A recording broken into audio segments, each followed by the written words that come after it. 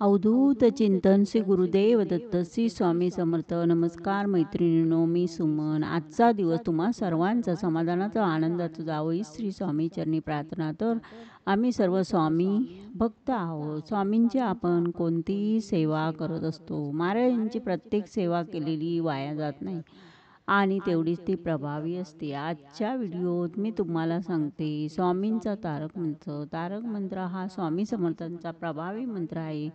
तारक म्हणजे तारणारा. तारक मंत्र हा नित्यसेवेत म्हणा किंवा तारक मंत्राचे अनुष्ठान करा. तारक मंत्र म्हणजे आपण कितीही अडचणीत असलो म्हणजे महाराज आपल्याला तारतात. आपण कितीही संकटात असो, शारीरिक मानसिक कोणताही आपलं दुःख असं तर प्रत्येक दुःखातून महाराज आपल्याला वाट दाखवत असतात, आपली मदत करीत असतात.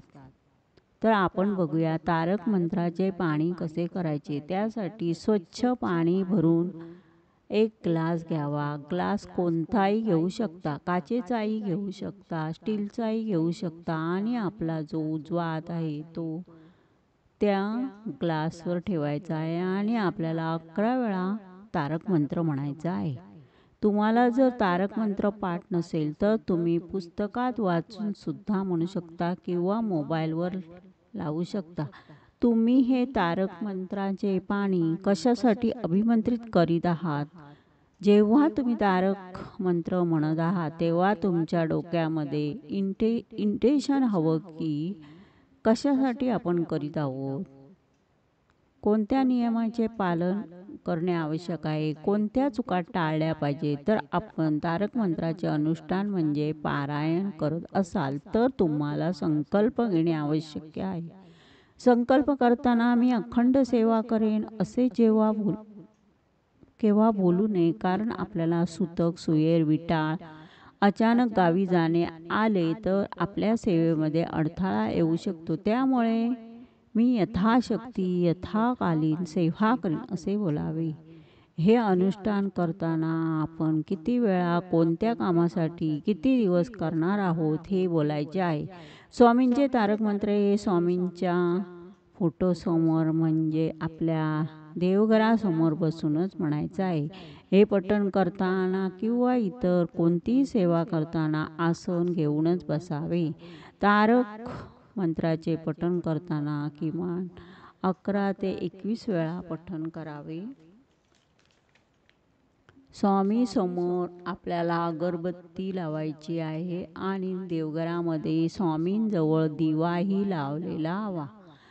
आपण जो हात पाण्यावर ठेवतो त्याच्यावर आपल्याला संपूर्ण विश्वास असला पाहिजे व एकाग्र चित्तेने व शांत चित्तेने पठण करावे.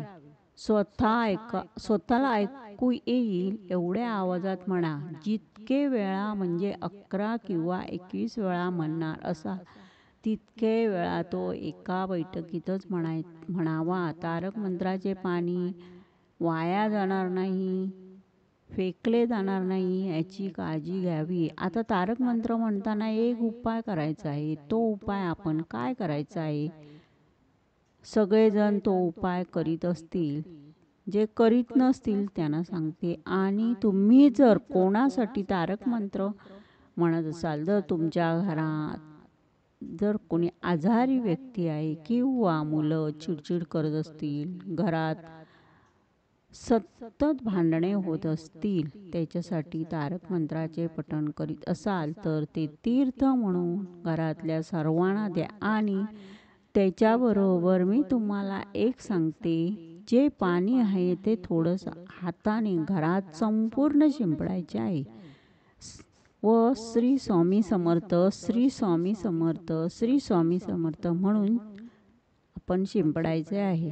बाथरूम व टॉयलेट सोडून घरामध्ये सगळीकडे शिंपडा. वाईट शक्ती करणी बाधा असो, तुम्हाला जर वाटतं ना की कोणीतरी त्रास देते, मानसिक शारीरिक सगळ्यातून तुम्हाला सुटका मिळेल. तुम्ही फक्त 1 महिनाभर करून बघा. आपल्या मुलांमध्ये ज्याच्यासाठी करणार आहात त्याच्यामध्ये 100% फरक पडणार आहे. पूर्ण श्रद्धेने हे अभिमंत्रित पाणी तयार करायचे आहे.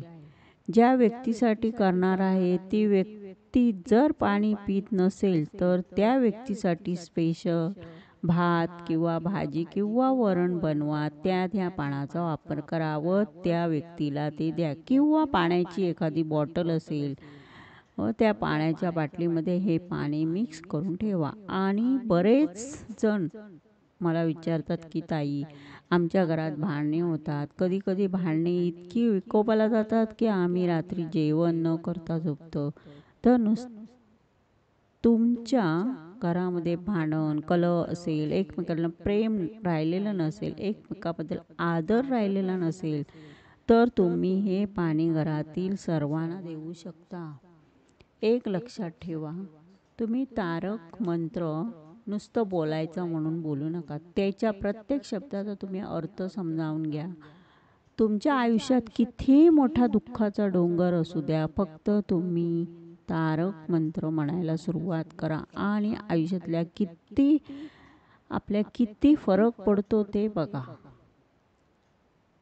तर आपण आपल्या नित्यसेवेमध्ये स्वामींचा तारक मंत्र हा केलाच पाहिजे. तारक मंत्र म्हटल्यावर अर्थात आपल्याला नामस्मरणही करायचं आहे.